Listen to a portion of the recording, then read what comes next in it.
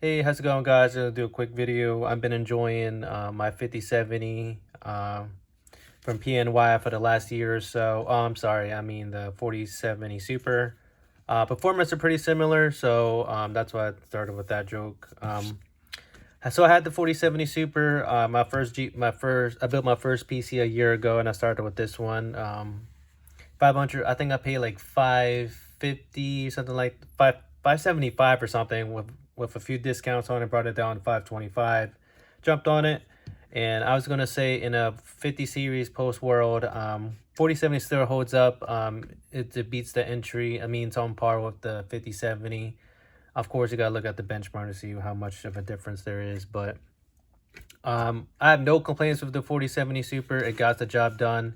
PNY, no issues because I had no issues. I don't have to do a warranty exchange or anything like that.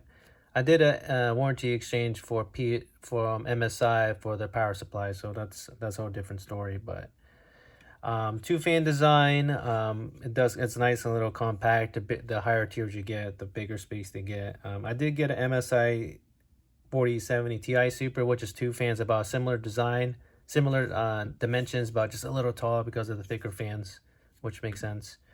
Um, I played.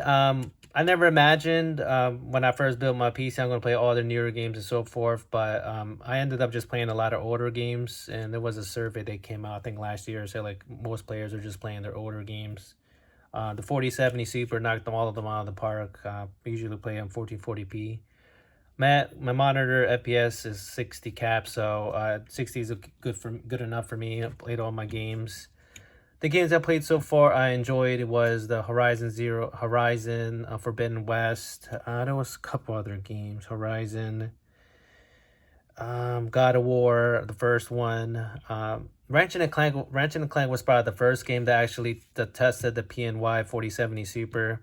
I had to lower the RT. There was like different settings, like 4 or 5 settings, and under RT reflection, so I had to put that a little lower to get it underneath the 12 gig. 12 gig RAM limit on this, VRAM limit. Even with that, I was covered around 11.5 cap max. And especially when it comes to that particular, I think the first open world city, it just drops down to 40 to 35 frames a second. And once you leave the high density, the main city, I forgot the name of it, you're just fine 60 frames a second. I do want to play that game again on the 4070 Ti Super with RT on and everything else. But also the older, like I said, I played a lot of older games. Let me see. Oh my gosh, the emulator. Let's start with the emulator. I use RPC3, PS3 emulator. Play all classic games. The GPU is more than enough. Even that thing takes it's more CPU demanding than GPU. Oh man, I'm kind of backlogged. Battlefield 5 is my main multiplayer game. I wish I had the game list in front of me, but I just wanted to record this. And um and what else?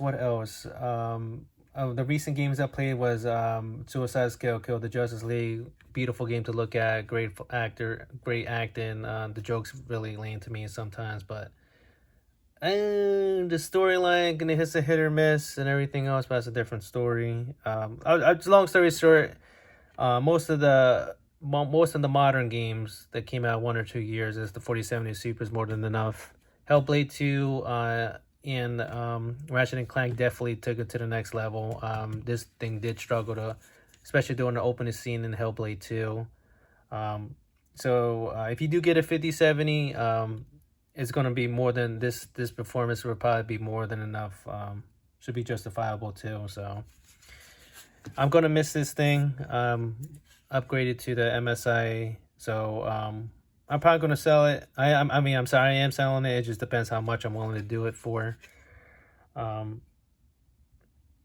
It just, with the market and everything ups and downs. So maybe I'll get all my money back at least, but who knows.